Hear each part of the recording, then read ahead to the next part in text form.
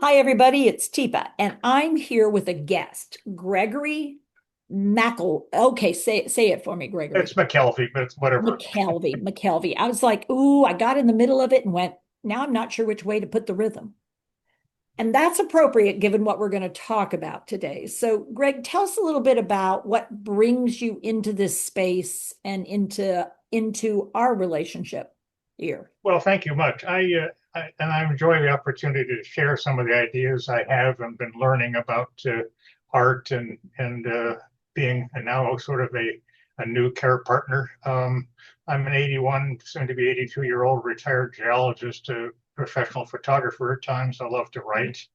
And I too have my share of issues with my own medical problems. But unfortunately, my wife, Sally, has been diagnosed by a neurologist with advancing Alzheimer's, and just recently learned that another member of the family who lives with us has now been diagnosed with MCI. And that puts me in a position of knowing what I hope. I'm trying to know what I don't know and learn a lot about how to both be the caregiver, but as you and others, this as well as others, are saying, make time for you. Now, what brought me together with you today was um, the one of the local medical institutions in Tucson. The Tucson Medical Center has an endowed program called Healing Arts. Um, and they, like Mayo Clinic, and I'm sure many other medical institutions, know both the science and the value behind how arts can help people heal.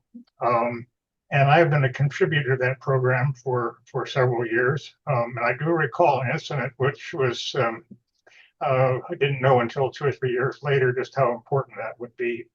I'm in the clinic going in for an operation. The nurses are wheeling us down the hallway and they're commenting with these photographs on the wall. Each one of them have a dedicated symbol as to who gave them and why.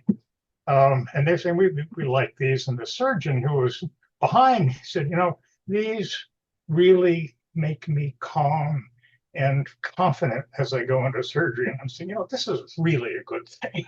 I'm glad to hear that. I'm really glad you're calm and confident coming into my surgery. Thanks. So so at that point, I had done a few promotions with the TMC and their group. And then when my wife was diagnosed with Alzheimer's, and we were seeing the symptoms and the changes, and thanks to you and others, learning how to ask for help, get people Mhm. to come in and help. Today we have our caregiver in helping Sally today, and we're learning a lot more how to do that. But obviously, a lot of things we don't know. But it was very clear to me that when you try to take time for yourself and take care of yourself, there are things that I used to do. Um, go on major trips with my camera, go on geology trips, spend a lot of time in my wood shop, do getting out and about. A lot of those things I can't do anymore. I'm not the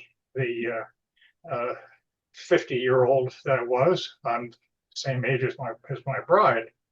But it became very clear that if the healing arts, which are designed really to allow art into your mind and let you relax a little bit, if they can work for the patient and they can work for the surgeon, it's a kind of cool idea, they can work for me.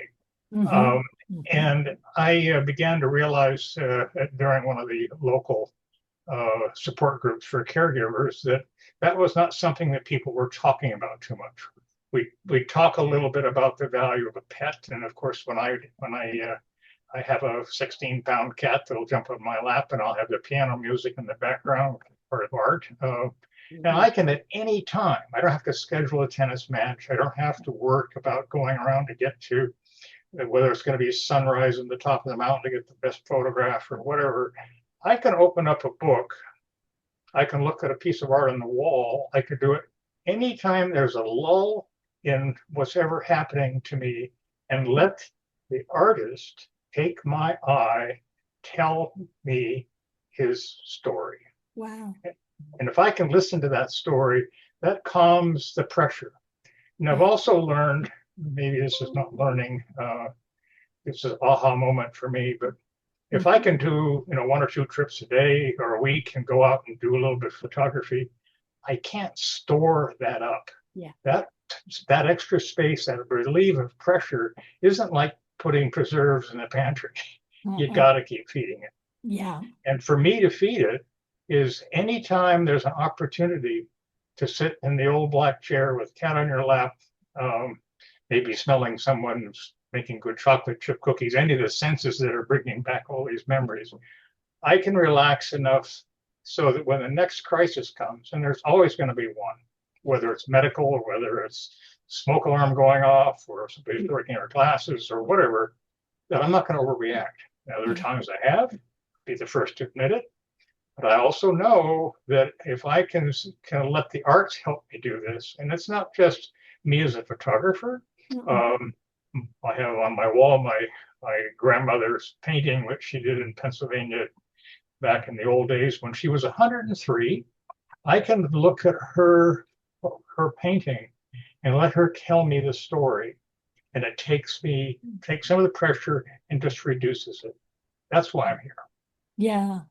And I mean, Greg, you really bring up what we tend to forget. We're so busy looking at what we can do for our partner, the person we care about, that we get so invested in that we do not allow ourselves those moments. I mean, and they can be relatively brief, but those periods of time where we recharge our batteries in a way that fills us. And so, right outside my window, straight ahead of me, are cosmos. And so cosmos are, like, and they're like climbing up and leaning on each other. And it's like, so when I look at those and I investigate them with my eyes and I allow myself that space to be joyful with them and to check out the bees. And then when I come back, I'm in a different space and I'm looking at things in a different way. And that's huge. So I applaud you for your thoughts and wisdom and your offer to share that because I think it is when I say like take 5 minutes 3 times a day, people go, well, but what am I going to do in 5 minutes? And it's like, well, it's really your call, but here's some ideas of how to get started. And I love that you've given us so many in that little brief little synopsis of what to let go of and what to allow yourself to enjoy right in those moments. Yeah, and in addition to that, the a lot of the memories that we have, having traveled quite a bit with my geologic work around the world, Sally went with me, and we lived in Chile. We've been in a lot of different Mm. places, and well, she's a fiber artist, fabric artist, and so forth. So you put any kind of art tool in her hand, and she'll use it and do some fun things. And we'll come back from a trip, and there'll be something we brought back with us, Yeah. whether it's photographs or a statue or so forth. And while she's having a difficult time at times answering the question, or, what are we going to do today, or whatever the things are, memories are still there. They didn't leak out onto the floor and pour across the room. They're there. So if I There. pull out a book like this one, which is Ooh, whether they're going to be, is it there going to you see go. or not? It's A not going to. little bit. There you go. Beautiful. Yep. You had it there for a second. Well, I don't know what this camera does, but Oh, yeah, I know. It has um, its moments. Yeah. here you There go. you This go. is Beautiful. so it's a photographic book of her photos that I put together as a surprise 2 or 3 years ago. Wow. And last night I pulled out, I said, I might just bring this up as an example. And she said, I did that. And we went through it page by page, and every one of those memories. It took time. The connections to all the neurons are different. It's like going on a surface street rather than going on a freeway. They're there. It takes time.